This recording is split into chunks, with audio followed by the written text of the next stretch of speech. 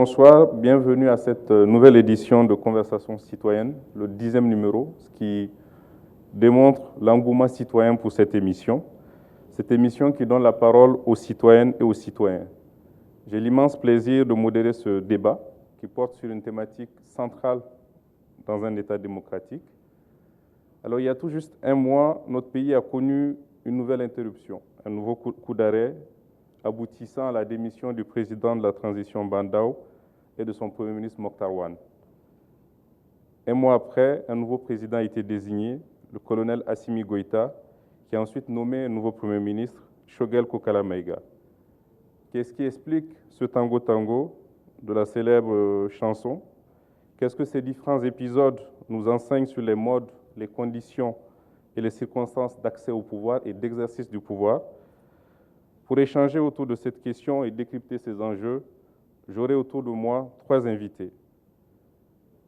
La première, Rakitala, Madame Diarra Rakitala, ancienne ministre, 3e vice-présidente de l'UMRDA, 4e vice-présidente du Conseil national de la transition, la 5e vice-présidente du Conseil national de la transition. Notre deuxième invité est Serge Daniel. Serge, bonjour. Bonjour. Journaliste et écrivain. Notre troisième et dernier invité est Babarou Bokoum. Babarou Bokoum, bonjour. Babarou Bokoum est secrétaire politique du parti SADI. Alors la première question est à Madame le ministre. Quelle appréciation faites-vous de la situation actuelle du pays, de sa santé démocratique? Diriez-vous que l'histoire se répète ou, comme un illustre philosophe, qu'elle ne se répète pas, mais qu'elle bégaye? Merci beaucoup, Monsieur le modérateur. Je voudrais tout d'abord vous remercier pour m'avoir associé à cette conférence débat et aussi vous saluer pour la qualité des co-débatteurs choisis en la personne de Serge Daniel et puis de M. Maïga. Monsieur Bokoum. Je pense que moi, je placerais plutôt le contexte sous un autre angle. Pour avoir peut-être la réponse que nous souhaitons, il faudrait certainement interroger l'histoire. L'histoire du Mali de façon générale.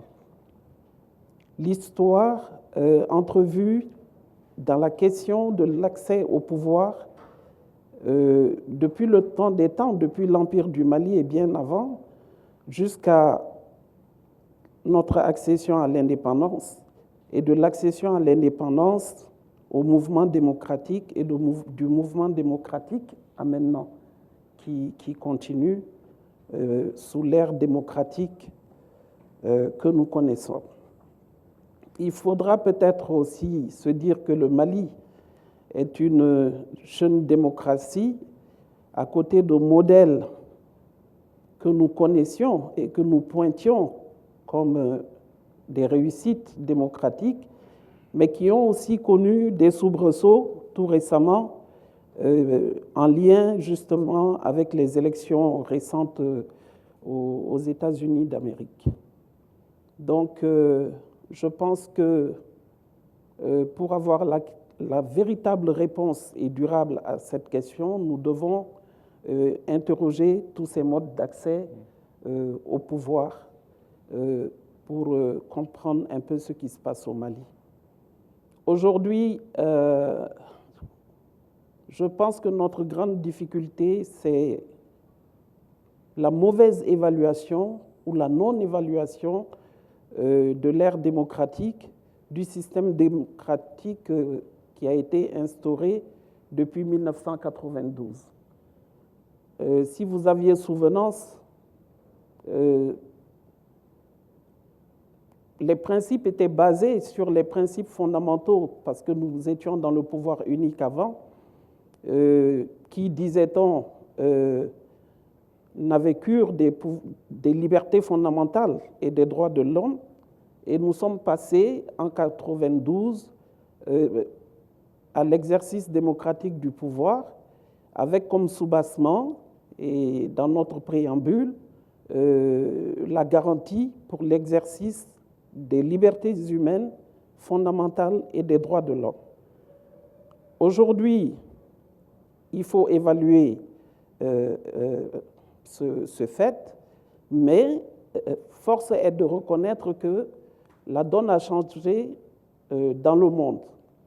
Nous sommes ensuite passés aux objectifs du millénaire et aujourd'hui, nous nous retrouvons dans les objectifs du développement durable, en lien justement avec l'exercice du pouvoir et les difficultés.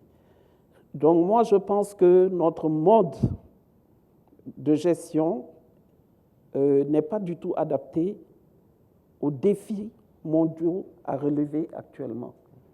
Et ces défis mondiaux, quand vous regardez les objectifs du millénaire et les objectifs du développement durable, ne sont que des défis du développement en fait. Donc tous les problèmes que nous avons aujourd'hui dans l'exercice du pouvoir proviennent, quand vous regardez un peu la sous-région, des défis du développement non relevés, c'est-à-dire l'amélioration des conditions de vie des populations de façon générale, et à laquelle s'ajoute maintenant la question de la sécurité. Alors, quand nous avons tous ces problèmes, les modalités d'accès au pouvoir, il faut les interroger parce que, quelle que soit la modalité d'accès au pouvoir, si les objectifs que les dirigeants qui viennent au pouvoir ne sont pas atteints, tout naturellement, la population qui les a élus, dans notre cas spécifique, va réagir et aller vers une autre solution. Qu'à cela ne tienne, nous sommes du Rassemblement démocratique africain. Nous avons connu, nos pères et nos grands-pères ont connu le premier coup d'État du Mali, perpétré contre le régime du président Modibo Keïta. Et nous condamnons l'accès au pouvoir par la force. Toute forme d'accès au pouvoir par la force, nous condamnons.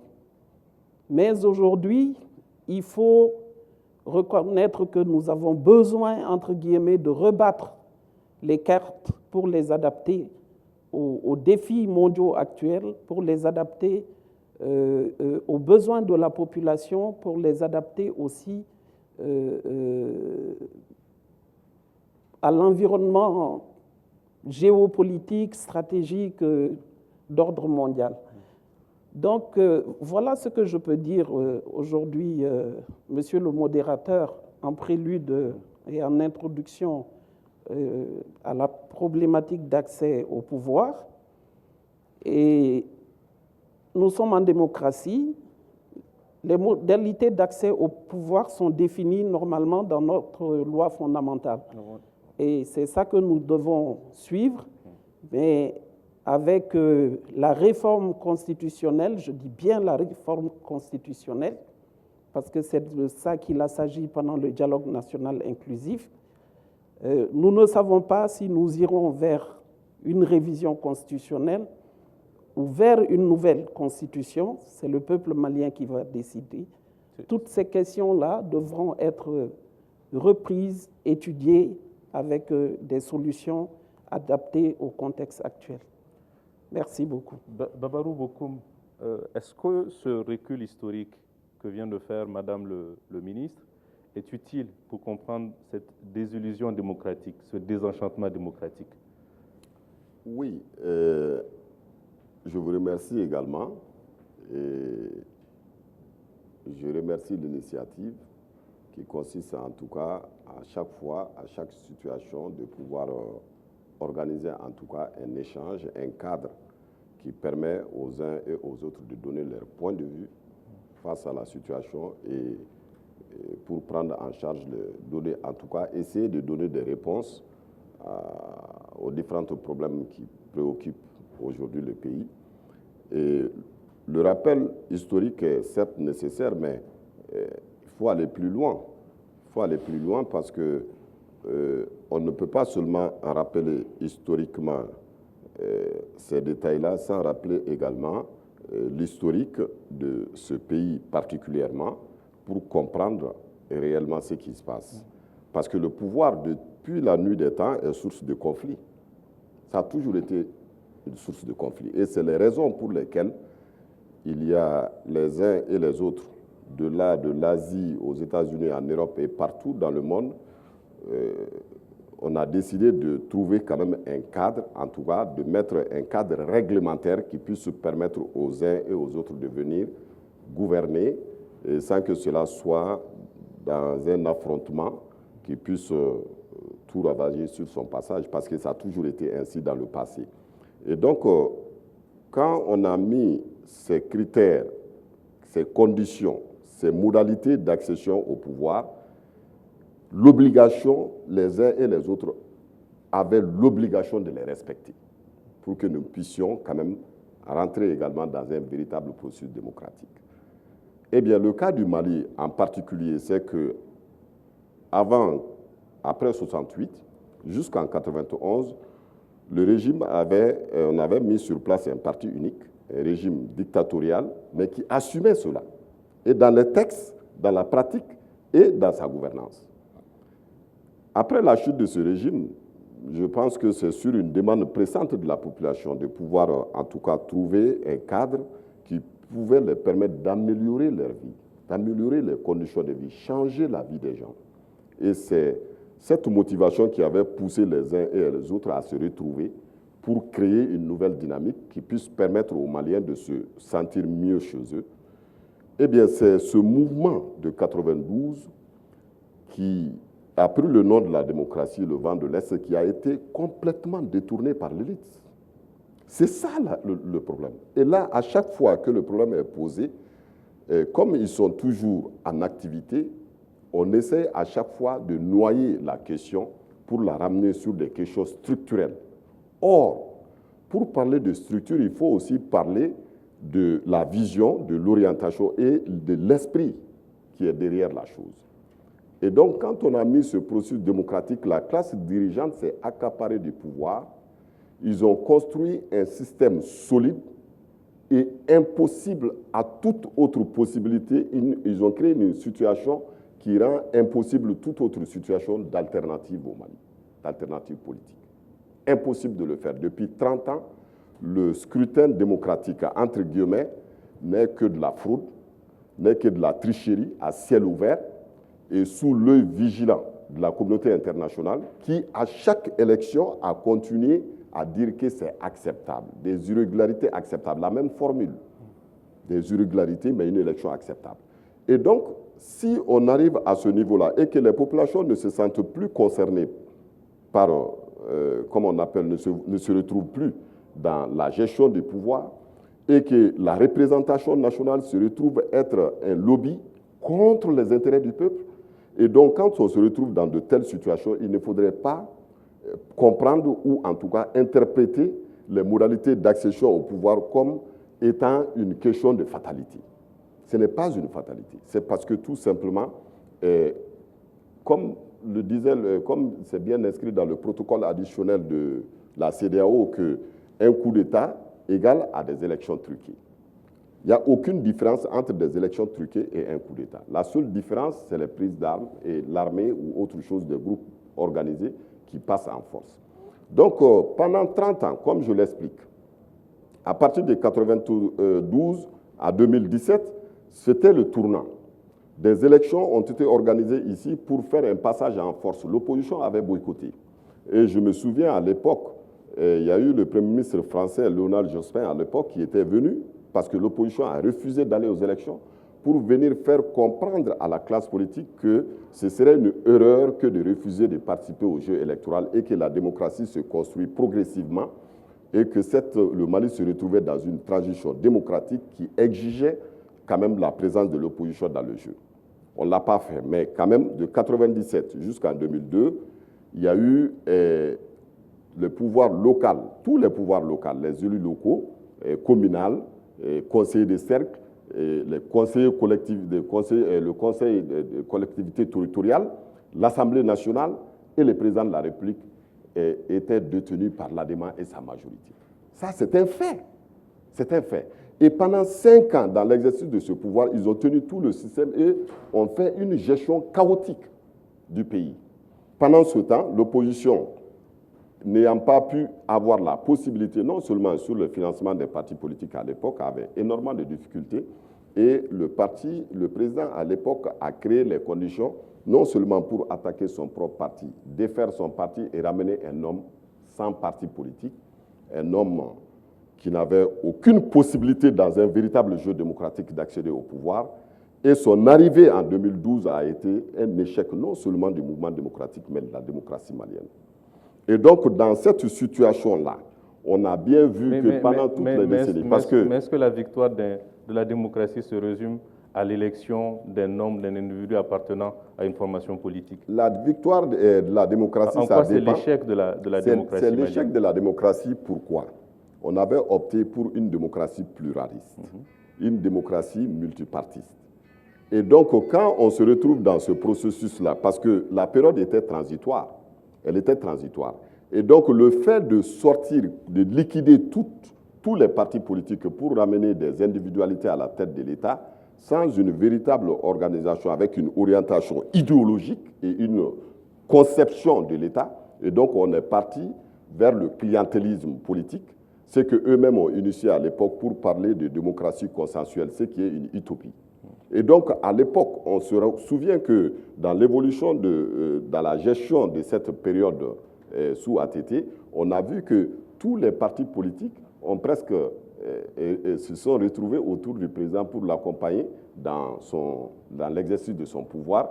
Et donc, à la fin, vers les années 2012, on s'est retrouvé avec un pays en lambeaux. On ne sait pas qui est responsable, on n'arrive pas à situer les responsabilités. Chacun se demande, la veille du coup d'État de 2012, les gens se sont réveillés brutalement pour voir leur pays déchiré, pendant que la communauté internationale avait noté le Mali comme étant le pays l'un des plus avancés en démocratie en Afrique. Donc, quand vous reprenez toutes ces situations d'une façon globale, eh bien, on se rend compte aisément que ce n'est pas de la démocratie qui nous a été servie au Mali. C'est une usurpation de pouvoir, c'est de l'imposture et une forme d'organisation politique administrative qui ne nourrit pas son peuple et qui est dans l'incapacité de pouvoir créer des conditions de vie favorables au peuple. Et donc, dans cette situation, on se retrouve bien entendu dans des coups d'État à répétition qui s'expliquent, pas pour les justifier, mais qui s'expliquent parce que tout simplement, un coup de force égale un coup de force, quelles que soient les méthodes employées. On l'aura compris, expliquer n'est pas justifier. Serge Daniel, vous êtes un grand témoin de la vie démocratique, de la vie saine politique du Mali. Qu'est-ce que vous retenez en termes d'enseignement sur l'accès au pouvoir politique au Mali? Mon sentiment, c'est que nous avons 2 problèmes essentiels. Un problème de gouvernance, mais je dirais également qu'on n'a pas d'institutions fortes. On n'a pas pu installer d'institutions fortes, indépendantes après la révolution de mars 1991. Il faut voir tout simplement ce qui est arrivé à l'ancien président dans l'histoire récente, à Ibeka, le président Ibrahim Boubacar Keïta. Il est admis aujourd'hui que la Cour constitutionnelle du Mali, sous Ibeka, a été la cause, je te dirais, le détonateur d'une crise. Or, cette institution, si elle était restée forte, indépendante, on ne serait pas arrivé là. Je crois qu'on a voulu installer des hommes forts à la place d'institutions fortes. C'est la même chose aujourd'hui. Vous parliez tout à l'heure des 2 coups d'État. Coup d'État contre Ibeka, alors que dans la constitution malienne, un coup d'État est un crime imprescriptible, parce que ce qui va se passer sous Sanogo en 2012, c'est qu'on va voter une loi d'amnistie. Nous avons ici Madame Tala, qui est membre du CNT, qui s'apprête à voter une autre loi d'amnistie pour les putschistes, les derniers putschistes. 2e coup d'État, en 1 mois, vous le disiez tout à l'heure, pourquoi? Là, c'est parce que des personnalités ne se sont pas entendues. Bandao, qui a été élu, qui a été du moins imposé par les militaires, a voulu, si vous permettez l'expression, s'émanciper. montrer que c'était lui le chef, il le disait en privé, il n'y a pas deux capitaines dans un bateau, et ça n'a pas fonctionné, c'est parce que nous n'avons pas d'institutions fortes. Si nous avions des institutions assez fortes et indépendantes, nous ne serions pas arrivés là aujourd'hui. Et si vous prenez la crise, nous sommes dans un pays qui est nous sommes dans un régime d'exception. Ne l'oublions pas. Et si nous avions des institutions fortes, ça c'est mon point de vue, on ne serait pas arrivé là. Parlons de la gouvernance, institutions fortes et gouvernance, c'est ce qui, moi, me frappe dans la chose. On prend des résolutions, on adopte des lois qui ne sont pas appliquées, qui ne sont pas respectées. Si vous vous souvenez, deux exemples rapidement, parce que moi je vais moins parler que les autres parce qu'ils sont politiques et moi je ne le suis pas. Lorsque les militaires sont arrivés, premier coup d'État, 18 août, on a demandé, si vous vous souvenez, l'une des premières mesures, c'était de demander à tous ceux qui avaient des véhicules de l'État d'aller les garer. Ce serait bien de faire aujourd'hui une enquête pour savoir ce que sont devenus ces véhicules. C'est aussi simple que ça. Moi, je connais des véhicules qui ont été garés, qui sont aujourd'hui chez des particuliers, qui n'ont rien à voir avec l'État. Donc, si vous voulez, la mauvaise gouvernance, c'est l'une des causes de ce que nous avons aujourd'hui. Je parle d'institutions fortes, et ça me paraît important, j'en aurais terminé. Les mêmes causes, c'est Lavoisier qui l'a dit un jour, les mêmes causes produisent toujours les mêmes effets. Si nous ne prenons pas le taureau par les cornes, nous allons vivre indéfiniment dans cette situation. Vous aviez parlé tout à l'heure, j'en aurais terminé, de la révolution mal assumée. La seule fois quand même qu'un président démocratiquement élu a succédé à un autre démocratiquement élu, je crois que c'était en 2002, lorsque Alpha Omar Konaré a fait quand même une passe millimétrée au président Amadou Touré, alors qu'on pensait qu'après la Révolution, que nous aurions des institutions fortes. Donc, absence d'institutions fortes, problème de gouvernance. Je pense que voilà les deux problèmes, voilà les deux cailloux dans nos chaussures qui empêchent le pays d'émerger, je dirais, du labyrinthe dans lequel il est. Institution forte, homme fort versus homme fort, femme forte. Je ne vais pas relancer le sempiternel débat, faut-il des institutions fortes ou faut-il des hommes ou des femmes forts. Madame le ministre, qu'est-ce qu'une femme ou un acteur politique de façon générale se dit lorsqu'il décide d'aller à la conquête du pouvoir? Qu'est-ce qui se passe dans sa tête? Dans quel état d'esprit il est? Merci beaucoup, monsieur le modérateur. J'ai tenu à répondre strictement aux questions dans le contexte même du sujet de la conférence débat. Parce que je pense que je dois quand même faire des contributions pour faire avancer les choses et en toute humilité. J'ai parlé de l'historique et j'ai placé ça en 3 étapes. L'histoire de notre sous-région, de l'Empire du Mali d'abord, parce que je vous rappelle que déjà, depuis Soussou Ngata, il y avait la charte de Kouroukanfouga, qui était déjà de sérieux prémices de la démocratie. Ensuite, il y a eu la période anté-indépendance, dont la gestion était une gestion quasiment sous-régionale en matière de gestion politique du pouvoir dans l'Afrique. La gestion post-coloniale a connu des épisodes. Vous avez parlé tantôt de la dictature après 68 et nous sommes entrés dans la période démocratique, l'ère démocratique. Si vous regardez notre Constitution, tout est défini dedans, donc le débat ne se situe pas là. Mais ce que je déplore, c'est que l'on mette les problèmes d'un pays uniquement sous l'angle politique. C'est vrai, les modalités d'accession du pouvoir tels que définis dans notre loi fondamentale sont organisés autour d'entités politiques essentiellement.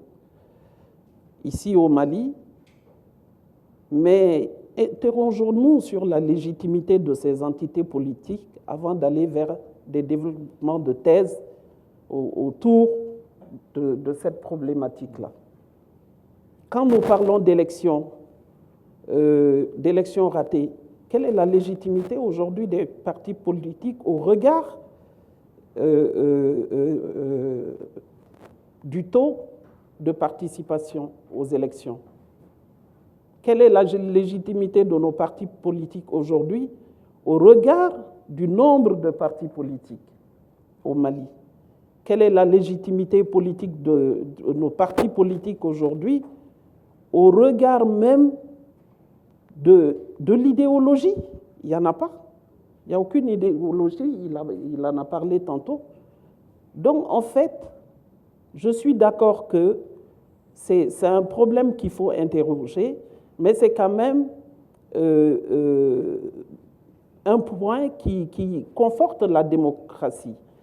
Quand vous regardez aussi notre Constitution, vous verrez que le tout est organisé autour d'institutions.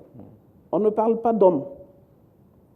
Là aussi, ce sont les politiques qui ont raté le coach en mettant l'accent autour de certaines personnes.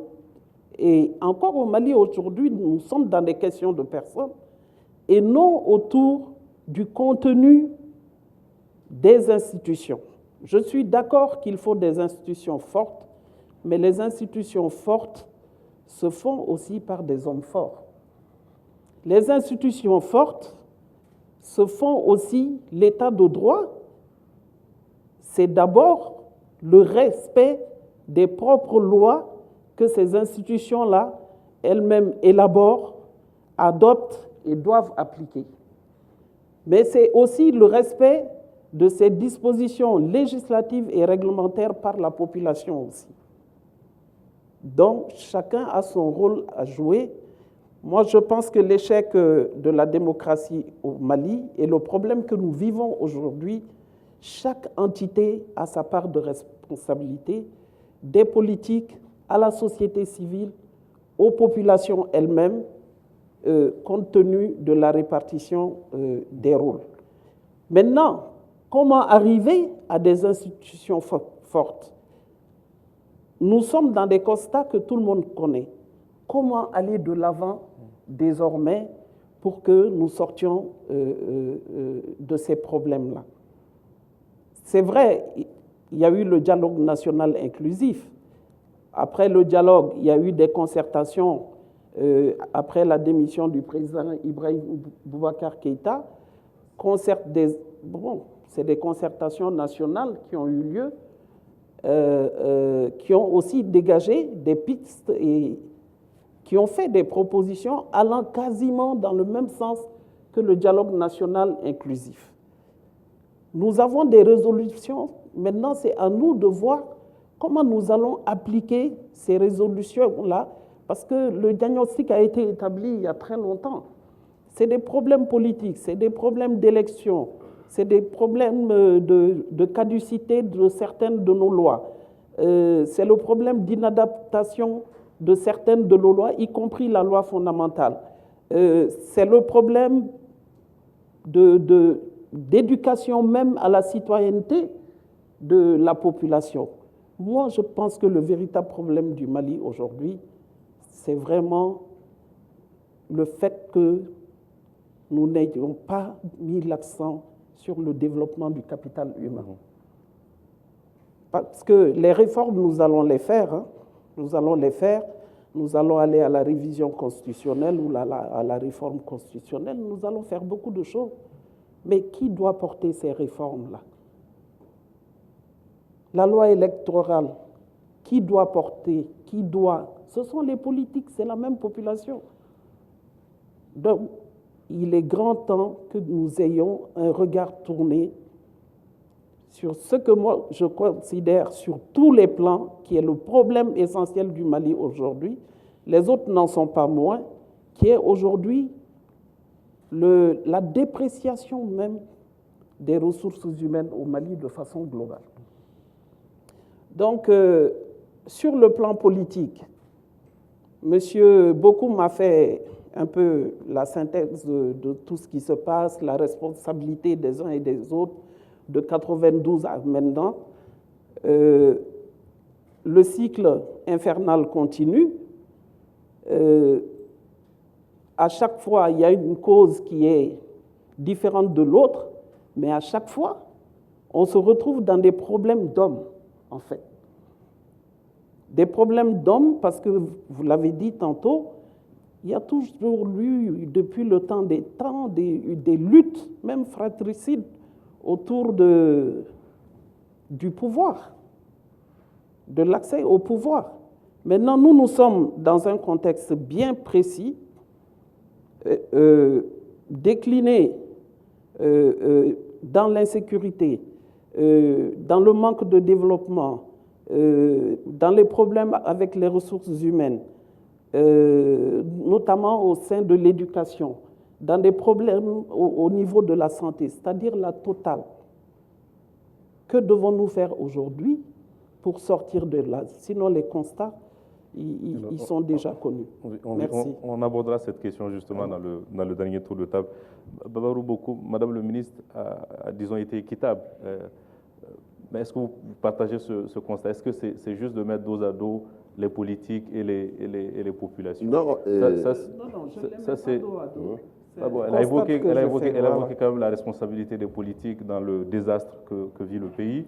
Elle a aussi mis le doigt sur les responsabilités des citoyennes et des citoyens, des populations de façon générale, dans ce qui arrive au pays aujourd'hui. Est-ce que vous partagez ce constat-là? Je ne partage pas totalement cela parce que il y a des principes qui consistent à nous faire comprendre que tout fait quelconque de l'homme ayant causé dommage à autrui, c'est civil, hein, c'est dans le cadre du droit civil, oblige celui-ci par la faute duquel est arrivé à le réparer. C'est un principe.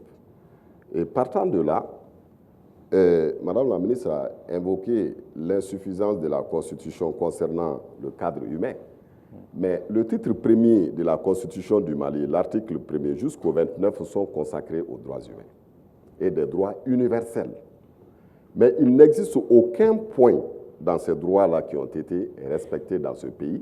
Et donc, ça veut dire que sur le plan institutionnel, en tout cas dans le cadre de la loi fondamentale, ça a été bel et bien précisé. Le droit à l'éducation, le droit à la santé, la liberté individuelle, etc., l'inviolabilité de la personne humaine. Il n'y a pas un seul élément qui n'a pas été tenu, qui n'a pas été pris en charge par la Constitution de 92. Mais qu'est-ce qu'on en a fait? Et on a fait fi de tous ces articles.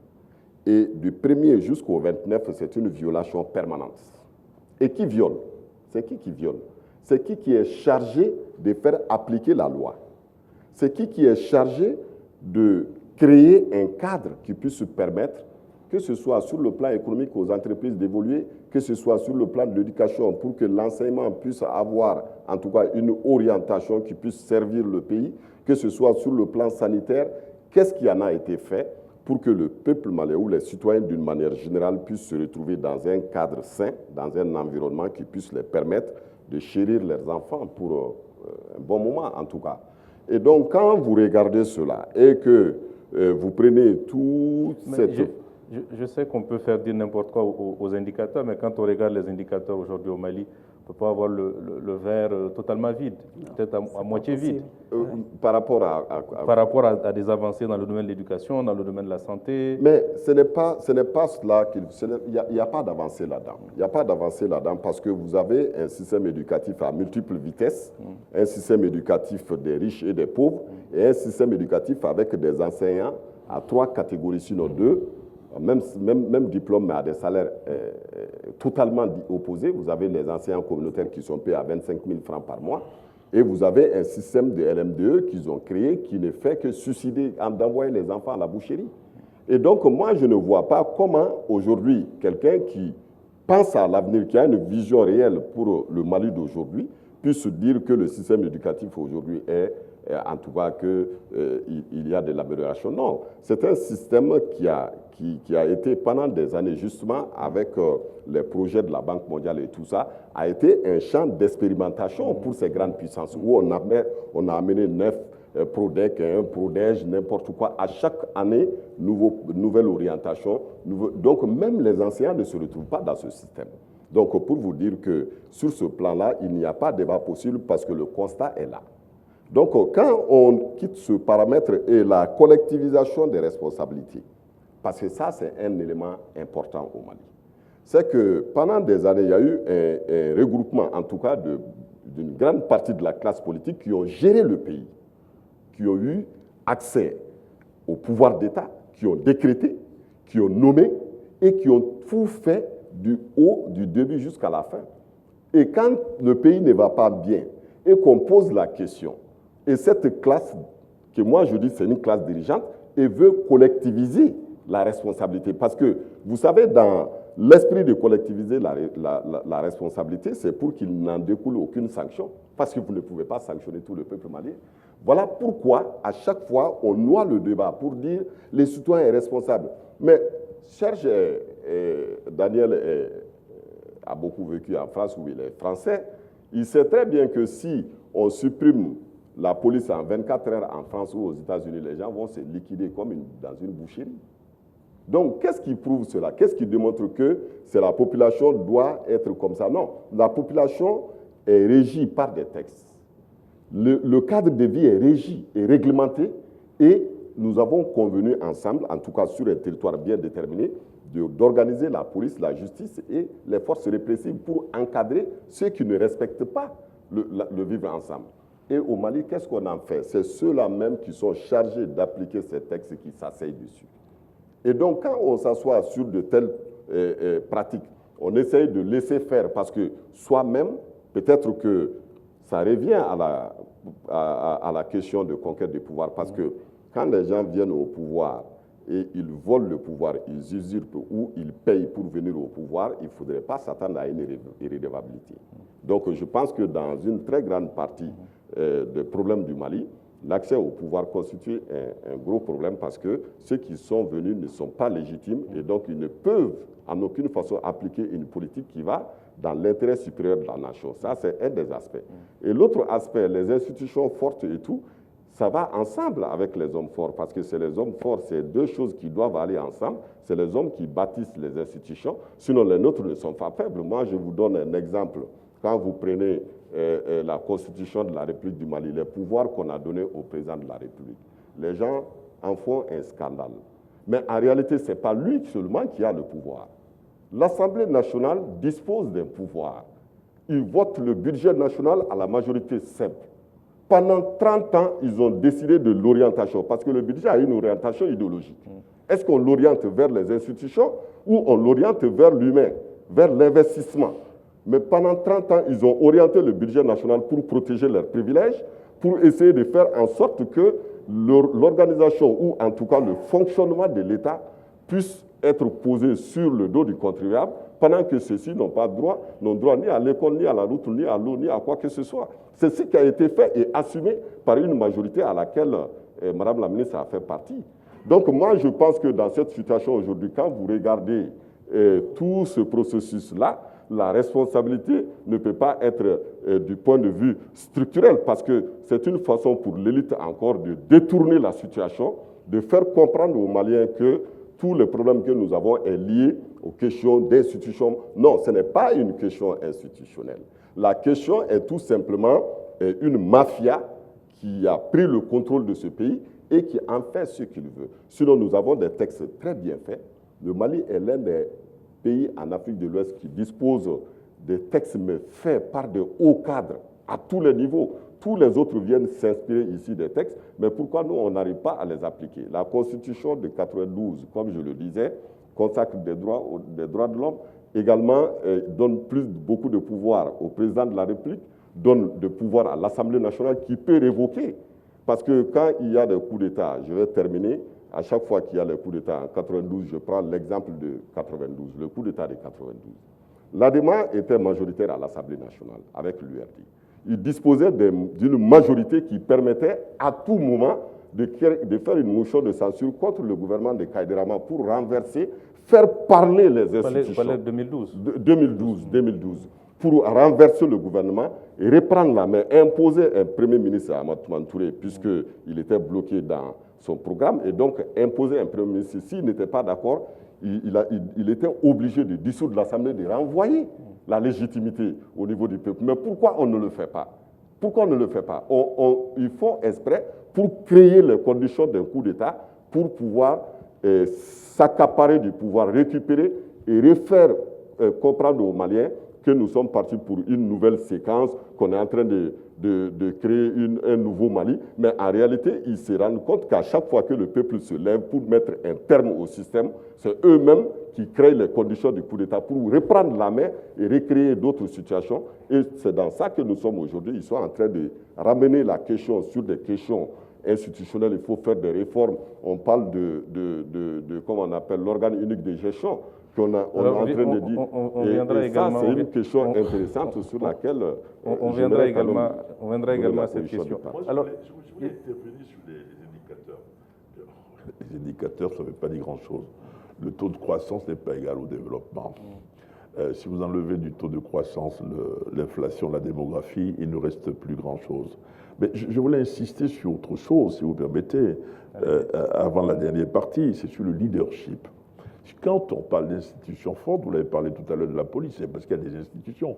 En France aujourd'hui ou dans d'autres pays, la justice peut enfermer un homme politique. Ici, c'est plutôt difficile. Donc, ce qui est important, c'est également le leadership. Si vous n'avez pas le leadership, vous ne pouvez pas avancer. Moi, je me souviens, et j'aime bien donner les exemples, Alpha Oumar Konaré, par exemple, il avait 3 choses à faire avant de quitter le pouvoir, des élections, il y avait une Coupe d'Afrique des Nations à l'époque, il y avait un référendum. Et le référendum ne passait pas parce qu'il avait réussi la Coupe d'Afrique, les élections, et puis le référendum. À partir du moment où il y a eu un blocage, où on a eu l'impression qu'il avait des arrière-pensées, parce qu'on l'appelait le Maradona à l'époque, il a laissé tomber en faisant un grand discours. Ça, c'était à son mérite. Lorsque ATT est arrivé, et c'est pour ça que j'aime bien les exemples, ce qui s'est passé sous ATT, c'est quand même ahurissant. Il voulait le consensus, on ne pouvait pas le lui interdire, mais lorsque dans la classe politique, vous parlez de l'ADEMA par exemple, des hommes politiques n'étaient pas d'accord avec ce consensus, ils ont été suspendus au sein de leur parti. Alors qu'en 92, la révolution, c'était de dire nous allons créer des partis politiques pour prendre démocratiquement le pouvoir. Je veux dire que les hommes politiques ont quand même une part de responsabilité dans ce qui se déroule aujourd'hui, dans ce qui se passe aujourd'hui. Si vous prenez le CNT aujourd'hui, le CNT est un vrac, parce que vous avez une partie de cette classe politique qui est d'accord, une partie de partis politiques au CNT, l'autre qui n'est pas au CNT. Donc c'est également la responsabilité des hommes politiques ce qui se passe. Il faut un leadership. J'aime bien donner des exemples. Certains estiment que la presse est le 4e pouvoir. Moi, je n'y crois pas. Je pense qu'on est le contre-pouvoir. Moi, je vous ai parlé de 26 ans de présence.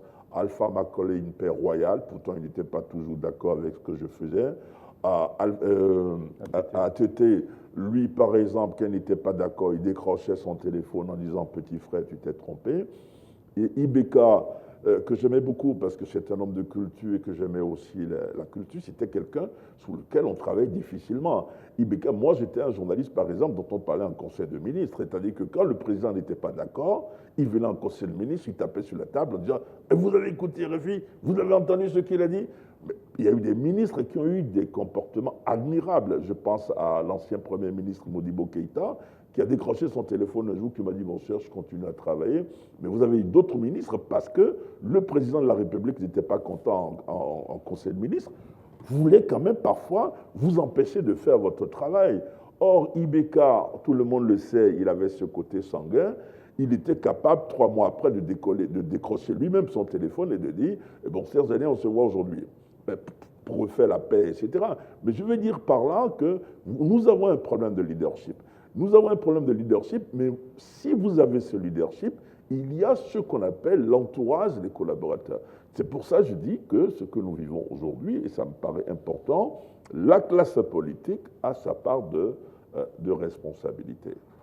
Non, mais justement, ce que Babarou Bokoum et ce que Madame le ministre disait tout à l'heure, c'est qu'il y a aussi peut-être un problème avec les élections, avec le système électoral. Est-ce que, parce que vous avez couvert les différentes campagnes électorales au Mali depuis 1992, est-ce que cette question d'institutions fortes, de leadership, d'hommes incarnant un certain leadership, est-ce que ça ne vient pas aussi de ces élections très imparfaites, très approximatives? Le jeu est biaisé dès le départ. Le jeu est biaisé pourquoi? Si vous prenez le Mali, moi j'aime bien les exemples. Nous avons 3 structures chargées d'organiser les élections. Le ministère de l'administration territoriale, qui est le véritable maître d'œuvre de l'organisation des élections. Vous avez la délégation générale aux élections, qui est chargée non seulement du financement des partis politiques, mais de l'élaboration de la liste électorale. Ça, on ne le répète pas assez. Et puis vous avez la CENI, qui est la Commission électorale nationale indépendante, qui est chargée de superviser de la bonne moralité du scrutin. Je crois qu'il faut casser tout cela. Je suis, moi, pour l'organisation, l'institution d'un organe unique d'organisation des élections. Pourquoi voulez-vous que dans d'autres pays, ce soit le ministère de l'administration territoriale qui organise les élections et que chez nous, ça ne puisse pas exister? Tout simplement parce que vous avez des politiques qui estiment que le ministère de l'administration territoriale travaille pour quelqu'un. C'est pour ça qu'il faut avoir une institution, je pense, assez forte. Les élections ont toujours été mal organisées. Vous allez organiser des élections en février, en mars, en avril, elles seront toujours mal organisées. Pourquoi? Parce que nous n'avons pas les moyens de notre politique. C'est-à-dire que l'État jacobin a fait son temps. On ne peut plus gouverner ce pays en disant que nous aurons un État fort de Bamako qui va donner des instructions à l'intérieur. Ce n'est pas possible. Il faut revoir notre mode de gouvernance qui va passer forcément à un moment par une large autonomie de nos différentes régions. Ce n'est pas une question du Nord, je ne parle pas du Nord, je parle de Caille, je parle de Sikasso, en tenant compte des réalités locales. Si nous avons des élections mal faites, c'est parce que le système n'est pas bon. Il faut le revoir. On reviendra plus en détail après un passage dans la salle sur la question de l'organe unique de gestion des élections, parce que, effectivement, vous le disiez tout à l'heure, c'est peut-être une possibilité pour avoir enfin des élections bien organisées. Mais on le voit dans d'autres pays, il n'y a pas d'organe unique de gestion des élections. C'est le ministère de l'Intérieur, le ministère de l'Administration qui organise. Pourtant, il n'y a pas de débat. On reviendra dans la dernière partie de ce débat, de ces conversations citoyennes. C'est le moment pour moi de passer la parole aux citoyennes et aux citoyens qui sont dans la salle. On a l'avantage aujourd'hui d'avoir des grands témoins de la vie politique, comme le Premier ministre Moussa Mara. Je ne sais pas, la parole est à qui veut la prendre. Étant donné que la politique, surtout dans un régime démocratique, c'est la gestion de la cité. J'aimerais savoir actuellement, avec toutes les crises qui ne sont pas des maux de ventre, mais un mal aux yeux, qui est la crise du Nord, plus du Nord, mais du Mali, parce qu'il y a 90% de notre territoire maintenant qui n'est plus en sécurité. Et on voit que Bamako est envahi par les déplacés, ainsi de suite. Qu'est-ce que nos politiques sont en train de faire pour reloger ces gens qui sont dans des situations catastrophiques, comme vous le savez, qu'ils habitent sur les dunes d'ordures, je dirais. Maintenant, la deuxième question, c'est l'éducation. Tout récemment, on a vu une école publique de Bako-Djougourni qui est inondée pendant qu'on donnait les cours. J'aimerais savoir, nos dirigeants, nos hommes les ministres, les députés, les fonctionnaires administratifs qui sont payés par les trésors de l'État, combien de ces gens-là ont leurs enfants dans ces genres d'école? Ça, c'est ma deuxième question. Maintenant, ma troisième question, c'est les politiques. Comment on peut savoir que notre politique du peuple, je dirais du peuple, puisse seulement limiter à critiquer avant d'être au pouvoir, comme l'a fait le président Ibrahim Boubacar Keïta en 2009, quand il mettait tout le président feu Amadou Toumani Touré. Et que pendant 7 ans, on est pris à Aguelok où on égorgeait les gens, mais on est maintenant assis. Donc j'aimerais savoir maintenant comment les dirigeants là arrivent au pouvoir. C'est pas seulement la presse qui fait leur promotion, ou bien c'est à travers les actes qui ont montré aux enfants, aux futurs cadres du pays. Donc, et finish, ça c'est l'intouchabilité toujours de la CEMA. C'est-à-dire les gens qui ont pris l'arme, disant qu'il y a la corruption, il y a le clientélisme, il y a tous les problèmes du Mali, et ça ne concerne que eux. Parce que moi je pense que la jeunesse malienne a les mêmes problèmes de chômage, a les mêmes problèmes d'éducation. Ça n'a pas empêché un jeune de Sikasso ou bien un jeune de Kouloukoro prendre les armes pour venir au pouvoir comme actuellement Moussa Ataya. Je vous remercie. Merci beaucoup. Oui. Une question à l'endroit de madame qui partage la responsabilité de l'échec du système démocratique au niveau de la société civile et nous qui sommes les organisations de la société civile. Je vais dire les partis politiques et puis les OEC. Peut-être je vais à son école, ça sera une expérience pour moi quand on va peser les deux, étant donné dans la charte des partis politiques, c'est clair, on accède au pouvoir des partis politiques à travers les urnes. Et moi, c'est diabolique de voir que les partis politiques viennent pour acclamer et puis dire qu'on soutient les putschistes pour juste avoir des postes, être soit des députés ou être des ministres. En quoi, nous, en tant que société civile, on peut être impliqués dans cet échec-là. La deuxième question, quand on vous pose la question, qu'est-ce que la société civile devrait faire et qu'elle n'a pas fait, et du retour, elle peut être responsable de l'échec du système politique. Merci. Merci beaucoup. Votre voisin de derrière, s'il vous plaît. C'est un thème vraiment tellement important que ce thème mérite d'être développé jusqu'au dernier hameau du Mali. Parce que quand on parle de la démocratie, généralement, c'est une petite partie du peuple qui connaît, même les intellectuels ne maîtrisent pas cette notion de démocratie. Pour moi, je suis entièrement d'accord avec Cheikh Daniel quand il dit qu'il faut vraiment démocratiser. Parce qu'il veut nous parler de la régionalisation. On ne peut plus rester à Bamako pour dire qu'on va gérer le Mali. Ce n'est plus possible. Cependant, il faut mettre des garde-à-fous. Les garde-à-fous, c'est quoi? Peut-être, je ne sais pas si je suis sorti du thème, mais il faut décentraliser, démocratiser tous les domaines. Même les problèmes de sécurité que nous avons aujourd'hui, c'est un manque de démocratisation. À l'époque, je parle sous le contrôle des aînés, si on doit recruter au niveau de l'armée nationale, on partait dans les villages pour voir les hommes solides, convaincus, qui aiment le Mali, qui n'aiment que ce métier d'armes. C'est ça la démocratisation en fait. Tous les domaines, pas que le pouvoir politique. Et je suis entièrement d'accord quand on dit également que, n'est-ce pas, les acteurs politiques ont échoué. Ils ont échoué. Tous les coups d'État que nous voyons là, c'est parce qu'ils n'ont pas joué pleinement leur rôle. Sinon, il n'y aurait pas de coups d'État. Je suis d'accord avec Babarou quand il dit que nous avons des beaux textes, même s'il faut les améliorer, mais je suis d'accord.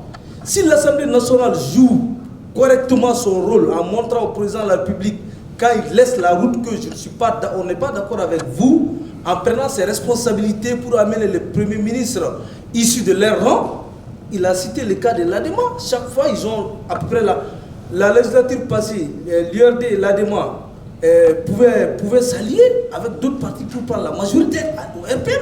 Si Ibrahim Boubacar Keïta essaie de laisser la route, il pouvait le corriger, mais tel n'est pas le cas. C'est-à-dire qu'il faut que les acteurs politiques, les partis politiques s'assument dans leurs fonctions, dans leur rôle, qu'ils jouent pleinement leur rôle, qu'on ne voit pas seulement les postes. Il a dit, la société civile. Aujourd'hui, nous avons des grands cadres comme, quand je vois comment il s'appelle, le gars de Djouila, qui a amené 5 membres de son parti à l'Assemblée nationale, aujourd'hui qui court derrière les CNT, ça me fait mal. Ça me fait très mal. Est-ce que vous voyez, il faut souvent faire comme le grand frère Marat l'a fait. Il dit qu'il n'est pas preneur. Il laisse les gens gérer. Chacun doit s'interroger à son niveau pour voir quelle a été sa responsabilité. Quant à la société civile, c'est justement participer, n'est-ce pas, à la sensibilisation jusqu'au dernier amour, comme je l'ai dit, à la République du Mali, pour que les gens comprennent que la politique que vous dites que fait ça, si vous ne impliquez pas là, ça ne peut pas aller.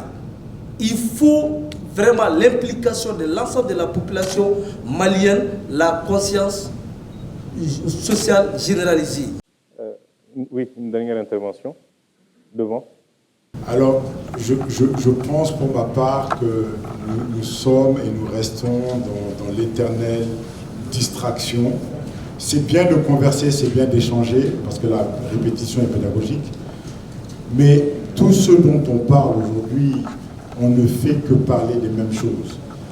Beaucoup viennent de le mentionner, nous avons les plus beaux textes au niveau du Mali, mais aucun des textes réellement n'est mis en application. On est en train de parler de refondation, mais refonder quoi? Allons-nous encore réécrire des textes? Allons-nous changer de constitution alors que les textes existants qui sont là ne sont pas mis en application? Est-ce que nous allons continuer à refuser de voir la vérité en face? Ensuite, la deuxième des choses, qu'est-ce qui nous unit aujourd'hui en tant que Maliens? Je ne le sais pas, il faudrait qu'on me le dise. C'est-à-dire que les réalités de Bamako, eh bien, les gens de Caille ne se sentent pas concernés. Ce qui se passe à Gao, les gens de Bamako ne se sentent pas concernés. Et vice-versa. Qu'est-ce qui nous unit? La constitution du Mali est un pâle réplica des constitutions étrangères. La langue officielle que nous utilisons pour communiquer ne nous ressemble pas. Le système de fonctionnement bancaire n'est pas de nous. Le système d'organisation de télécommunications n'est pas de nous. Vous allez dans le bureau du Premier ministre, vous ne percevez pas l'identité malienne. Vous allez dans le bureau du président de la République, vous ne percevez pas cette identité malienne. Mais comment voulez-vous que les Maliens puissent s'unir autour d'un idéal si, quelque part, on ne sait même pas ce que cela représente que d'être véritablement malien, si on ne peut pas s'unir autour d'un projet commun? Je pense qu'il faudrait, comme cela a été évoqué, organiser des institutions fortes, mais pour ce faire, que les textes qui sont là soient déjà mis en application, et ensuite, ceci devrait nous permettre de pouvoir évoluer les imperfections, les points qui ne fonctionnent pas, et ensuite les améliorer. Donc je pense que tout le reste, tous les petits détails dont nous sommes en train de parler, en fait, peut se régler une fois que les textes existants sont déjà mis en application. Sinon, on va parler de détails, on ne va pas s'en sortir, parce que parler du Mali, ça nous prendrait une année pour véritablement parler de chacun des problèmes de ce pays. Mais mettons déjà en application ce qui existe. Merci beaucoup, M. Diallo. On va passer la parole à un grand témoin de la vie politique. Et je pense qu'il va prendre en charge un certain nombre de questions et d'interrogations qui ont été posées par les citoyennes et les citoyens. Monsieur le Premier ministre. Moi, je vais insister sur un élément qui a été effleuré par beaucoup. Au Mali, l'un des gros problèmes que nous avons, ou peut-être même le gros problème, c'est que nous avons une crise de la représentation. Et la crise de la représentation, elle se traduit par des insuffisances à tous les niveaux. C'est un peu ce que Serge disait quand il parle de leadership. C'est que dans notre pays, quand vous élisez quelqu'un, ou quand quelqu'un est nommé, c'est là où on commence à ne plus savoir qui il est. Parce que dans l'exercice des responsabilités, les gens présentent un visage généralement qui n'est pas le même que celui qu'ils présentaient dans la conquête ou dans la préparation. Donc quand un peuple se trouve floué par ses représentants, ben, il va dans tous les sens et beaucoup de choses se passent. Il faut que nous arrêtions de globaliser les responsabilités. Là aussi, je suis d'accord avec Gokoum parce qu'on ne s'en sortirait pas. Nous devons nous focaliser sur nos représentants. comment faire en sorte que le peuple choisisse les meilleurs des représentants. Le processus électoral, le système électoral, et moi je pense que notre système n'est pas si mauvais qu'on le pense. Mais tant que vous avez un système électoral qui repose sur l'argent, et rien que l'argent, je pense que les élus seront difficilement ce en quoi les populations aspirent. Pourquoi dans notre pays, on ne réglemente pas le poids de l'argent dans la vie politique? Vous savez pourquoi? Parce que depuis 30 ans, ceux qui nous dirigent sont toujours plus riches que les autres. Et donc, ils n'ont aucun intérêt objectif à travailler sur l'argent, parce qu'eux, ils en ont plus. Et l'argent leur assure un avantage décisif. Et regardez les compétitions électorales au Mali, vous organisez des élections législatives ou locales, c'est à peu près les mêmes qui ont le plus grand nombre de députés. Parce qu'ils sont en moyenne plus riches financièrement que les autres. Au dialogue national, j'en ai parlé, moi j'en parle partout. Il faut que pour une fois, on puisse travailler sur le poids de l'argent dans notre vie publique.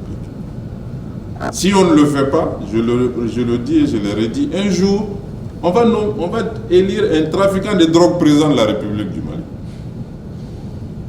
Et regardez déjà ce qui est en train de se passer en perspective des prochaines élections. Vous avez des candidatures qui ne reposent que sur l'argent. Parce qu'on a véhiculé l'image que si vous avez de l'argent, vous pouvez être tout. Donc ça, c'est un premier élément, je pense, sur lequel il faut qu'on travaille. Un deuxième élément, c'est quand les gens sont aux responsabilités.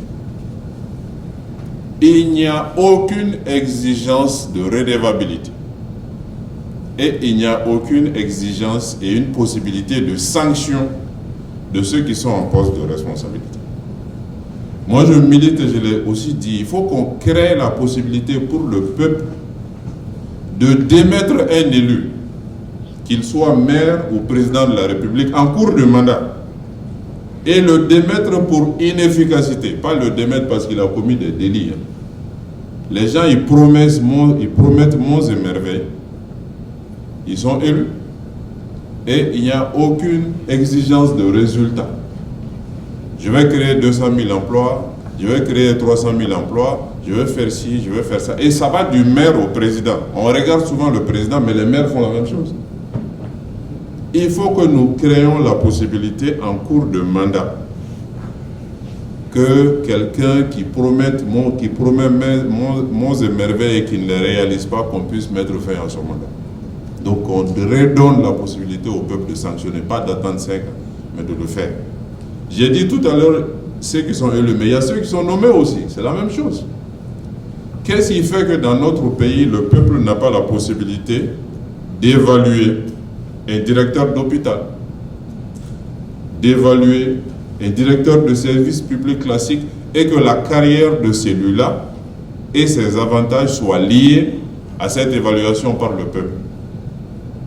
C'est toutes ces possibilités qu'il faut qu'on insère dans notre système afin que les représentants soient sous pression, qu'ils soient obligés de montrer patte blanche, qu'ils soient obligés de faire ce qu'ils promettent de faire ou qu'ils soient démis de leur fonction.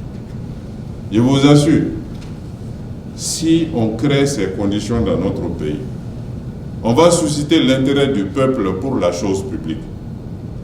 Parce que les gens vont avoir la possibilité d'agir sur ceux qu'ils nomment ou ceux qu'ils élisent. Mais s'il n'y a aucune possibilité, aucun droit, aucun pouvoir d'agir sur les représentants, mais les gens vont simplement se dessaisir de la question démocratique, ils vont se désintéresser, ils ne vont pas voter et ils vont continuer à vaquer à leur occupation. C'est ce qui se passe dans notre pays. Donc pour moi, c'est sur ça qu'il faut qu'on travaille. Comment mettre les élites et les leaders sous pression? Sous pression quand ils cherchent le pouvoir, sous pression quand ils sont en train de l'exercer, pour les obliger à être exemplaires et les amener à faire ce en quoi le peuple les a mis là. Voilà un peu la petite chose que je voulais dire. Il y a énormément de choses à dire. Mais ces éléments-là, il faut qu'on y accorde de l'attention. Ceux qui dirigent généralement n'aiment pas ça. Et chaque fois que ces idées, je les ai énoncées au dialogue national, on m'a mis en minorité sur ces questions. Chaque fois que j'ai énoncé cela, les gens qui sont aux responsabilités, qui voient tout de suite la menace, ils rejettent. Mais tant qu'on ne le fera pas, les Maliens seront toujours désintéressés par la chose publique. Ça ne les intéressera pas. Parce qu'ils se disent, celui qui a le plus d'argent, c'est lui qui gagne. Il est aux responsabilités, on n'a aucune possibilité de faire quoi que ce soit. Il continuera à s'enrichir, mais en quoi c'est notre affaire? On fait autre chose. Et ça nous amène un peu dans beaucoup de choses. Donc voilà à peu près ce sur quoi je voulais insister, tout en saluant vraiment l'initiative des conversations citoyennes et vous encourager à continuer à parler, à discuter. Il en ressortira toujours quelque chose un jour, Inch'Allah. Merci bien. Merci beaucoup, Monsieur le Premier ministre, pour cette immense contribution. Nous avons reçu des questions, des observations, des commentaires de la part de la salle, certaines qui étaient dirigées vers un ou deux panélistes en même temps. Le Premier ministre a souligné un certain nombre de préoccupations, de questions toutes légitimes, sur lesquelles, bien entendu, vous êtes invité, si vous le souhaitez, à réagir. La crise de la représentation, en filigrane, le poids de l'argent dans les élections. Je pense que effectivement, Babarou Bokoum l'a effleuré au moment de sa première prise d'intervention. Et puis, une question peut-être presque d'ordre philosophique. On voit sur la base des éléments d'appréciation que le Premier ministre a partagé avec nous qu'une démocratie efficace, c'est presque une démocratie compliquée en fait. Parce que donner la possibilité aux citoyens de sanctionner, d'évaluer, d'apprécier à une fréquence plus ou moins régulière, c'est une implication beaucoup plus grande dans le jeu démocratique, dans le jeu politique. On le voit quand vous prenez un pays comme la Suisse, où on a le sentiment que la démocratie fonctionne, c'est aussi parce qu'elle est compliquée là-bas. On demande très souvent aux Suisses de certains cantons de se prononcer sur telle ou telle initiative. Voilà, donc c'est aussi un élément assez important. Je souhaiterais vous entendre là-dessus. Je ne sais pas qui veut commencer. On peut peut-être commencer dans le sens inverse, Serge. Oui, non, mais moi je voulais surtout insister sur quelqu'un qui parlait tout à l'heure de la société civile. Ce qui m'a frappé ici, c'est valable pour le Burkina, pour la Côte d'Ivoire, dans la sous-région, nous n'avons pas de société civile assez forte. Mais ça s'explique par les relations incestueuses que nos sociétés civiles ont avec le pouvoir. C'est-à-dire qu'on peut imaginer un jour, par exemple, dans la Constitution ou par une loi officielle, que la société civile est constituée de personnes répondant à tel ou tel critère. Et que, puisque ce sont les Maliens, par exemple, qui payent les impôts, et qu'à cette société civile, on verse par an de telle sorte, c'est-à-dire que c'est l'État qui paye, et non donner l'impression que c'est le président de la République qui donne de l'argent à la société civile. Parce que si le président de la République donne de l'argent à la société civile, je ne vois pas comment cette société civile peut être indépendante du président de la République. J'aime bien citer, quelqu'un disait tout à l'heure que je suis français. Oui, d'accord, oui, j'ai plusieurs nationalités. Mais là-bas, par exemple, je me souviens d'une histoire terrible à l'époque de Sarkozy, c'est-à-dire qu'il a décidé de nommer son fils quelque part. Vous avez des intellectuels, des membres de la société civile, qui ont publié, fait une déclaration officielle, une tribune, une lettre ouverte, merci, qui était signée, mais le président de la République a reculé. Donc si nous avons une société civile forte, je pense que les choses peuvent changer aussi. Vous parliez tout à l'heure, vous dites tout ce qu'on a dit, on avait déjà dit oui, mais il faut insister sur le leadership. Je pense que si vous n'avez pas le leadership, c'est terminé. Moi, j'ai vu 3 présidents maliens, démocratiquement élus, mettons les guillemets. J'ai vécu 3 coups d'État ici, c'est la même chose, c'est-à-dire que vous allez chez Goïta aujourd'hui, tout le monde se met au garde à vous. Choguel Maïga, Premier ministre, il a mangé 3 fois son chapeau avant de devenir Premier ministre, parce qu'il s'est renié sur 3 points essentiels, monsieur. Sur le CNT, qu'il ne reconnaissait pas, il va aller se présenter devant le CNT. Il voulait un président de transition civile, il travaille très heureux de travailler avec un président de transition militaire. Alors, en plus, son Graal politique, si vous voulez, c'était quand même l'accord de paix d'Alger, qui pour lui conduisait à la partition du Mali. il est très fier aujourd'hui de participer, d'appliquer l'accord de paix d'Alger. Donc il faut avoir des convictions. Je ne dis pas ça parce que je lui en veux. Il y a 25 ans, personne ne lui donnait la parole. J'étais l'un des premiers. C'est quelqu'un que je tutoie. Mais quand je parle librement. C'est-à-dire qu'être un homme politique aussi, c'est d'avoir des convictions et de être prêt à les sacrifier devant le premier venu.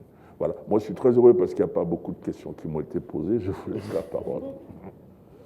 Merci Serge. Babarou. Non, moi, d'ailleurs... Peut-être j'aimerais aussi vous entendre sur une question spécifique qui n'est pas directement liée à la problématique qui nous préoccupe ce matin, mais qui me semble importante. C'est le sort des déplacés internes. Bon, le sort des déplacés... Les efforts entrepris par l'État, je pense que c'est aussi une forme d'intérêt pour la population, pour les populations maliennes. Madame la ministre et puis membre du CNT, vice-présidente, est peut-être mieux placée pour vous dire, parce que ce n'est pas à mon parti, au parti Sadi, de pouvoir poser... Mais j'imagine que vous avez une opinion sur la façon dont non. Monsieur le modérateur, j'arrive, on vous donnera la parole, Madame le ministre. Avant qu'il ne continue, j'ai une petite motion. Oui. Comme l'a dit le Premier ministre Moussa Mara, je suis venu ici conséquemment à un thème. Je ne suis pas pour contribuer à l'effort de construction du pays. Je ne suis pas là dans le cadre d'un débat politique pour essuyer certaines insinuations, même si, mon cher frère, nous avons tous été de la majorité à un moment donné. Même si vous l'avez quitté après, je pense que nous avons tous été de cette majorité-là. Donc, je souhaite que, je ne suis pas la S-qualité CNT, je souhaite que les débats se fassent conséquemment à l'objectif pour lequel nous sommes ici. Donc, je pense que voilà. Moi aussi, j'ai une motion. Non, si elle a une motion, j'ai le droit à avoir une motion. En plus, moi, je serai plus court. Dans ma position de journaliste, les hommes politiques, c'est valable pour vous, madame, c'est valable pour vous, c'est valable pour le Premier ministre. Vous avez tous un côté manichéen, parce que vous êtes persuadés que vous êtes porteur de bien, les autres de mal, en fait, vos adversaires politiques. Donc, entendez-vous. Non, pas du tout. Pas du tout. Je tiens quand même je regrette. Voilà, je tiens quand même à mettre Madame la ministre à l'aise, qu'elle n'est pas ma préoccupation, honnêtement. Aucunement. J'espère. Et ce n'est pas dans ce cadre-là, ni votre parti d'ailleurs. Non, j'espère bien. Voilà. Non, mais il faut dire les choses telles qu'elles sont. Voilà. Et la réalité, c'est que j'ai fait partie d'une majorité, je ne l'ai jamais renié, mais j'ai été également, je suis représentant d'un parti qui n'a pas sa langue dans sa poche non plus, et qui ne traîne pas des casseroles. Nous non plus. Donc moi, je pense que ici, il est clair aujourd'hui que... Monsieur le modérateur, encore une fois, je pense que... Encore une fois, remettez le débat dans son contexte. Non, je vous assure que ce n'est pas une question personnelle. Et je tiens à vous présenter mes excuses si cela vous a vexé. Et quand je dis de la demander par rapport aux déplacés, c'est parce qu'elle est quand même proche des affaires plus que nous. Oui, c'était juste dans ce qui est compréhensible. Et quand vous êtes vice-présidente d'une institution de la République et qu'il y a un sujet aussi préoccupant, entre guillemets, vous êtes quand même les représentants de ce peuple-là. C'est ça la question. Donc, il n'y avait aucune autre connotation derrière. Donc, je vous présente mes excuses. Maintenant, vous avez parlé c'était quoi la question, s'il vous plaît? Moi, j'avais parlé de la crise de la représentation. Voilà, de la représentation. Le Premier ministre, d'ailleurs, ce n'est pas, comme vous l'avez dit, ce n'est pas un témoin, c'est un acteur. Ce n'est pas un témoin. C'est un acteur de la vie politique malienne. Donc, moi, la crise de la représentativité, vous savez, ici, on a parlé le Premier ministre a bien sûr parlé de comment on peut sanctionner, même révoquer même les directeurs. Mais en réalité, révoquer ou sanctionner les directeurs d'école, tout ça, ou disons des hôpitaux, tout ça, c'est dans les textes. Il le sait très bien. Il y a les inspections des services qu'il faut revigorer. Il faut leur donner des moyens pour qu'ils puissent faire le travail qui est le leur. il y a également la possibilité de mettre un plan de carrière en ce qui concerne la redevabilité, parce qu'à défaut de plan de carrière, les gens sont redevables de ceux qui les ont mis là-bas. Mais lorsqu'il y a un plan de carrière clairement défini, on sait que c'est en fonction de ce que vous faites et de votre parcours que vous arriverez au sommet. Mais la question de la redevabilité, c'est une question intéressante parce que pour mieux sanctionner, le peuple ne peut mieux sanctionner que par les urnes. C'est ça, là, c'est le fond de la chose. Parce que le problème, c'est que quand ils viennent au pouvoir avec l'argent, comme on l'a dit, et ils font 5 ans, ils ne foutent rien, mais on ne peut pas les enlever parce que le peuple vient s'exprimer dans des urnes qui sont vraiment une arnaque. En réalité, il n'y a aucune possibilité de sanctionner. C'est ce qui a donné plus de poids à la rue et au coup d'État. Mais figurez-vous que si on arrivait seulement à doter ce pays d'instruments électoraux fiables, efficaces, transparents, pas 100%, mais qu'elles soient acceptables, crédibles. À partir du moment où l'instrument est crédible, où les élections sont crédibles, il y a de l'espoir, ça augmente le taux de participation parce que les gens se rendent compte finalement qu'ils ont la possibilité de révoquer le maire ou le président en fin de mandat lorsqu'il n'atteint pas les objectifs ou il viole son Est-ce que l'organe unique de gestion des élections est la solution? Non, je vais juste revenir là-dessus. Mais en réalité, les gens sont libres. Et quand le Premier ministre a expliqué qu'on tienne des discours et qu'on fait le contraire, les gens sont libres. Les gens sont libres de faire ce qu'ils veulent. Mais il faudrait qu'il y ait la possibilité de réprimer cela. C'est ça aussi la liberté et la démocratie. Moi, je peux prendre mes responsabilités de prendre une arme et de tirer sur les gens. Mais ça, c'est ma responsabilité. Mais lorsque je le fais, il faudrait qu'il y ait derrière la possibilité de me faire montrer ou en tout cas de me sanctionner avec ce qui a été convenu. C'est ce qui manque au Mali, c'est l'impunité, c'est cette incapacité à faire entendre à ceux qui ont géré les affaires publiques. Et d'ailleurs, il a parlé de l'intouchabilité de la CEMA. Mais vous ne pouvez pas aussi toucher vos ministres.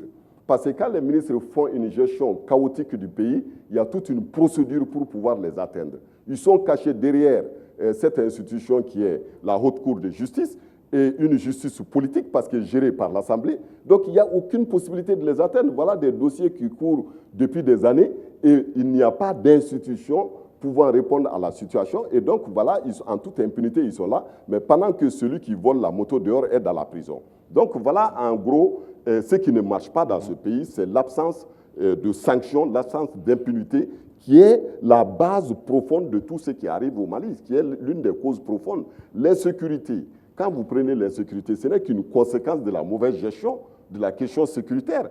On ne peut pas venir s'attaquer à la question de l'insécurité, à la question des déplacés, à la question d'autres choses. Ça veut dire que vous vous attaquez aux conséquences et oubliez les causes, pendant qu'au même moment où vous voulez vous attaquer à ça, ils continuent leur forfaiture, on continue de produire les mêmes détournements de fonds, les mêmes pillages, parce que c'est des fonds qui sont réservés pour pouvoir organiser cela. L'armée, la justice, la police et toute autre chose. Donc l'organe unique de gestion, pour vous dire très clairement, voilà encore, Tidjane Diallo l'a bien précisé qu'à chaque fois il y a les textes, on ne fait pas en réalité, quand vous n'appliquez pas quelque chose, vous ne pouvez pas savoir si c'est bon ou c'est pas bon. Parce que les textes, les lois, les organes ont été mis sur place, mais il faut après les évaluer pour comprendre pourquoi ça n'a pas marché. Est-ce que c'est une question liée aux moyens? Est-ce que c'est lié aux personnes, au capital humain? Ou est-ce que c'est lié à des blocages? En tout cas, chercher la cause et de rectifier le tir pour pouvoir remettre. Ça fait des années qu'on est avec la CENI, avec l'administration, avec la DGSE, la Direction générale des élections. Vous avez les préfets, et les Maliens et la société civile et les partis politiques ont commencé à lire ces structures-là, à comprendre comment ils fonctionnent, à comprendre quels sont les blocages auxquels ils sont confrontés. Au même moment, au lieu de prendre ça du bon côté pour faire des réglages dans ces structures, non, on veut tout jeter pour nous ramener quelque chose dont personne ne sait comment ça va finir. Parce que l'organe unique de gestion, quand il pose, les partis politiques l'ont dit, nous, on n'a pas dit non, on n'a pas voulu rentrer dans le débat parce que c'était une question de l'immense majorité de la classe politique. Donc, dès qu'on va parler, on va nous dire, oui, le SADI est toujours opposé. Le SADI est toujours opposé. Or, il aurait fallu un peu d'intelligence de regarder déjà l'instrument que nous disposons. Parce que quand vous regardez CENI, c'est presque l'organe unique de gestion, mais ils ont échoué. Après, il y a l'administration, il y a toutes ces structures, il y a les préfets, il y a la Cour constitutionnelle. Donc, comment on fait? On devrait faire l'audit des élections, l'audit de la CENI, pour comprendre qu'est-ce qui n'a pas fonctionné. Est-ce que la CENI était sur la bonne ligne? Est-ce que c'était des problèmes de moyens? Ou bien c'était les hommes qui l'animaient qui posaient des problèmes? Donc, si on aurait réglé ça aujourd'hui, on aurait avancé. D'ailleurs, le risque en sautant cette étape, c'est peut-être de juste déplacer le problème, parce qu'on parle beaucoup de l'organe unique. L'organe unique de gestion ne fera que déplacer le problème. Ça, je le dis aujourd'hui, et demain, on va revenir là-dessus.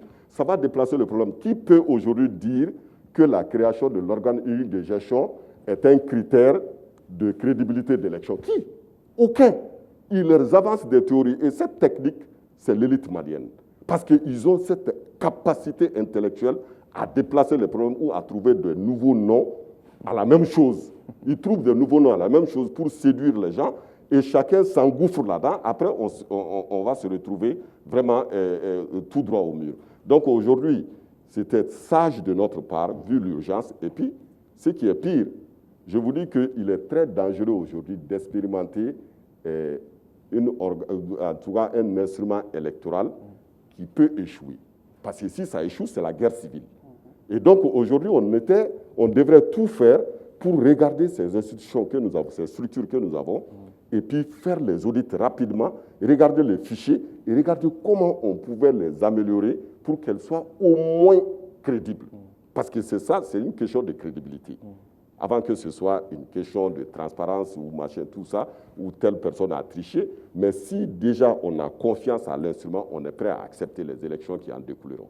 Mais si jamais aujourd'hui ils vont avancer et que les élections on va se rendre compte que l'organe unique de gestion, qui a un autre aspect très dangereux, c'est que celui qui finance contrôle les élections. Celui qui contrôle les élections contrôle le pays. Or, on va la créer, elle va devenir comme une structure supra-constitutionnelle qui va être au-dessus de tout le monde. Ils vont courir de gauche à droite avec une certaine liberté, chercher des fonds et créer une situation où chacun va être pris en otage, où la communauté internationale, souvent l'Union européenne, qui finance nos élections, peut prendre le contrôle de notre processus électoral. Et ça, on sait tous ce qui va en découler. Et au pire, cette structure, quand on va la mettre sur place, il faudrait savoir qu'il faut nommer les gens. Il faut nommer les gens. Il faut désigner des gens. Mais qui désigne? La question de moralité se pose. Et puisqu'au Mali, la question de moralité n'est jamais des critères de désignation, donc on va désigner encore des gens et un lobby qui va aller prendre nos élections en otage et on va se retrouver dans la rue à s'affronter pour rien. Donc il faut vraiment aller doucement avec, parce que la classe politique est en train de s'engouffrer, comme tout le monde est devenu des perroquets. À chaque fois qu'on entend un truc, chacun ronfle la même chose sans réfléchir en profondeur. Qu'est-ce que cela peut donner comme conséquence? Madame le ministre, vous avez la parole, merci, vous avez la possibilité merci, de répondre et de réagir à ce qui a été dit dans la salle. Merci, monsieur le modérateur. Encore une fois, je ne suis pas ici au nom du CNT. Je vous l'ai dit dès le départ. Je suis là pour contribuer à un débat de réflexion, comme vous l'avez appelé, collective et de perspective sur le Mali. Je pense que, comme l'a dit Tidiane, on ne fait que se répéter sur les constats. Je pense que depuis des années, nous ne sommes que dans cela. L'idéal serait que nous avancions sur les questions même existentielles et prédominantes du Mali aujourd'hui. Il est clair que la situation que nous vivons découle de certains problèmes très profonds. Et je suis heureux que mon frère Bokoum parle d'évaluation parce que c'est par là que j'ai commencé mon débat, en interrogeant tous les systèmes que nous avons vécus depuis les royaumes, l'Empire du Mali jusqu'à aujourd'hui. Mais ce qui nous intéresse, c'est vraiment l'actualité. En ce qui concerne l'intervention du Premier ministre Mara, il est important de relire les textes. parce que ce sont les textes qui définissent les règles, où il est important de changer les textes. Il est clair aussi qu'en matière de démocratie, les choses évoluent de par la pratique. Et nous avons quand même une trentaine d'années de pratique. Et il est clair qu'il faut reconsidérer certaines pratiques en matière démocratique et en changer d'autres.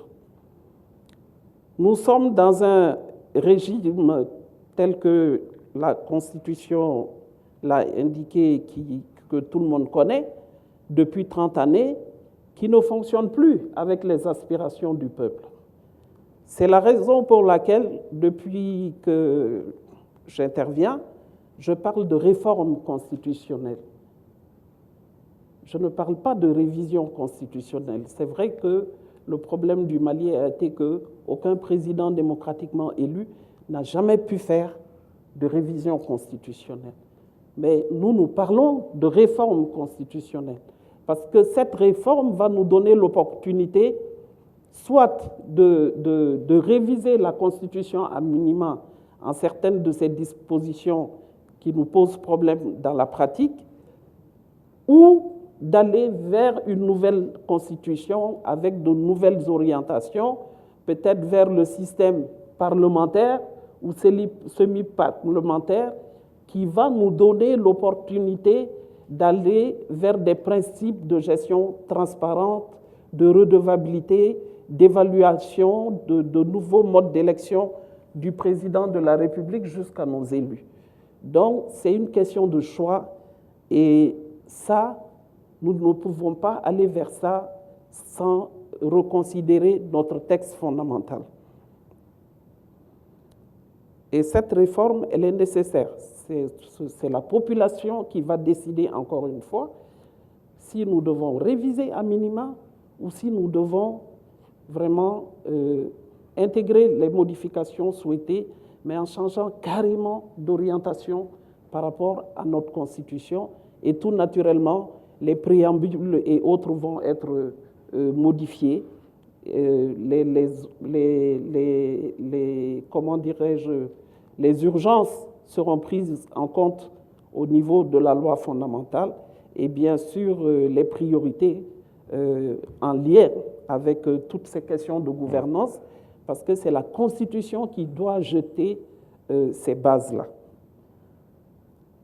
La deuxième des choses, encore une fois, nous avons procédé à un choix.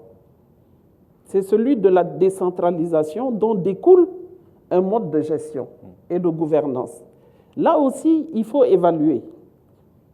C'est vrai, il y a eu des assises de la décentralisation avec des résolutions, des recommandations qui, en fait, n'ont jamais été appliquées. Qu'est-ce qu'il faut faire maintenant? Comme vous le dites, nous avons des textes qui ne sont pas appliqués en partie ou pas du tout d'ailleurs. Qu'est-ce qu'il faut faire maintenant pour faire appliquer ces textes-là? Quand vous regardez un peu les questions de gouvernance, de développement, de tout ce qu'on a évoqué au niveau de la santé, au niveau de l'éducation, dans beaucoup d'autres domaines, ces questions-là relèvent certes du niveau central, mais surtout, selon nos textes, du niveau décentralisé maintenant, donc des collectivités. Et les mêmes problèmes qui ont été soulevés ici concernant nos dirigeants au niveau central frappent nos dirigeants au niveau local. Donc nous avons un problème fondamental de casting et de choix des hommes à régler au niveau du Mali. D'où la réflexion du Premier ministre Mara. En ce qui concerne la société civile, je réponds globalement. Vous savez toujours, dans le cadre de l'esprit de démocratie qui prône une participation active même des citoyens au processus de gestion du pays, ce qui n'est pas tout à fait le cas, hein. La décentralisation en est une des modalités. Mais ce qui se passe aujourd'hui, c'est que nous avons une société civile de façon générale comme dans les partis politiques, qui n'a aucune limite. Ce sont les mêmes personnes que nous voyons dans les partis politiques qui sont quasiment à 70% dans les associations de la société civile. Et les prérogatives de la société civile sont clairement différentes dans nos textes de celles des partis politiques. Mais aujourd'hui, on ne saurait pas faire la différence, comme l'a dit Serge Daniel. Le rôle de la société civile est très peu perçu dans les problèmes, même par rapport aux problèmes de la consommation aujourd'hui. Nous n'entendons pas la société civile assez clairement par rapport à la cherté de la vie qui nous frappe aujourd'hui. Donc la société civile aussi, son rôle doit être considéré, reconsidéré et vraiment limiter les prérogatives de chaque entité démocratique qui doit contribuer à l'essor du pays.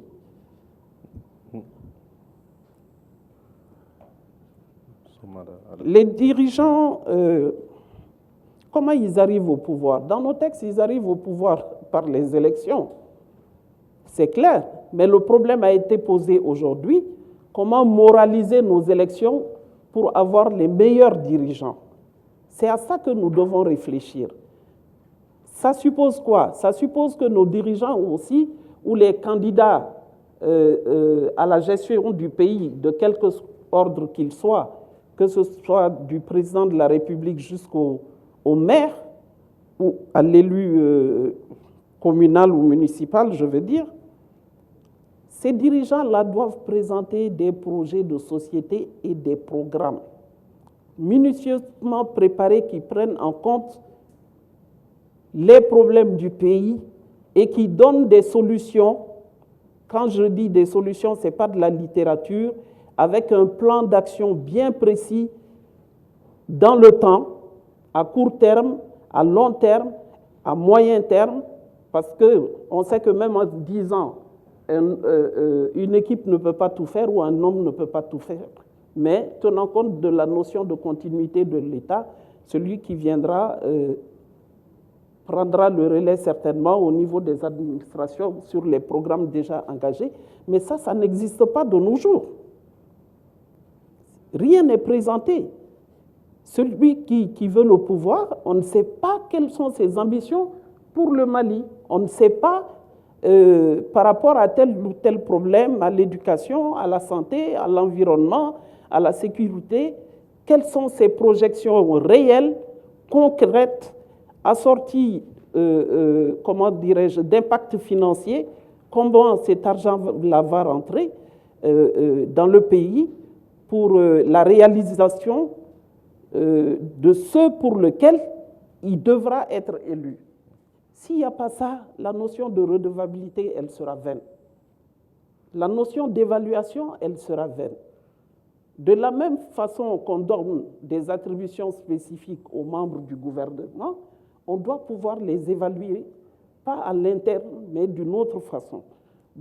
Aujourd'hui, nous sommes vraiment confrontés à des difficultés, à des insuffisances dans les textes, contrairement à ce que l'on pourrait penser. Maintenant, je dis toujours, l'application des textes, il y va de nous tous, hein, je l'ai dit. Les politiques sont responsables, la société civile a une part de responsabilité, la population aussi a une part de responsabilité dans ce que le Mali vit aujourd'hui. Toutes les entités n'ont pas pleinement joué leur rôle, mais il est clair que la première responsabilité et l'essentiel de la responsabilité va aujourd'hui aux politiques qui ont dirigé notre pays depuis une trentaine d'années. Et c'est pourquoi nous allons poursuivre les débats sur Je finis par rapport à la question de... c'est pas Djibril Diallo, je ne sais pas comment il s'appelle. C'est vous pour reloger les réfugiés, je crois, les déplacés, et la question de l'école de Bakodji Koroni, Pour les réfugiés et les déplacés, je pense que certaines actions avaient été en cours déjà, hein, même avant la démission du président Ibeka et même après. Et je pense qu'il y a des actions qui continuent, mais là aussi, à un moment donné, il faut évaluer, étant entendu que dans notre contexte spécifique aujourd'hui, au niveau de certaines frontières, des centres de réfugiés ont été fermés. Donc, il va falloir la prise en charge diligente de ces réfugiés-là pour éviter des problèmes sociaux et même sécuritaires. Et des réfugiés, il y en a dans Bamako aussi et dans des régions, mais je pense qu'il y a un programme de relogement qui était déjà en action. Mais honnêtement, je ne sais pas où ils en sont, parce que ce ne sont pas des questions qui sont traitées en amont au niveau du CNT. Et j'en profite pour dire que au CNT, nous ne sommes pas des élus. Je le dis, je me plais à le répéter. Nous avons été nommés pour une mission, et une mission à laquelle nous nous attelons. L'école de Bako Djikoroni, ça relève aussi des collectivités. Les écoles ont été versées au profit de la décentralisation dans les collectivités. Donc, il y a beaucoup de questions qui touchent les enseignants des collectivités, qui relèvent des collectivités. Maintenant, les infrastructures scolaires, hospitalières, routières de façon générale relèvent de la responsabilité de l'État central. Mais l'école de Bako Djikoroni, dans le cas spécifique, et pour vous dire que j'habite précisément à Bako Djikoroni, nous nous y sommes intéressés, normalement, l'entretien de l'école devrait relever des collectivités.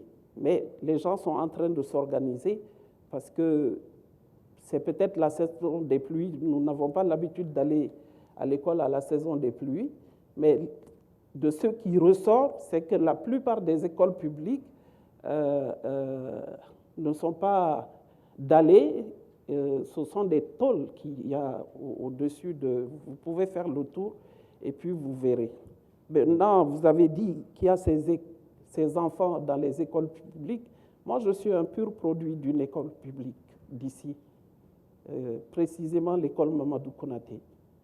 Donc, avant, excusez-moi du terme, c'était les vauriens qu'on envoyait à l'école privée. Mais ce n'est plus le cas aujourd'hui.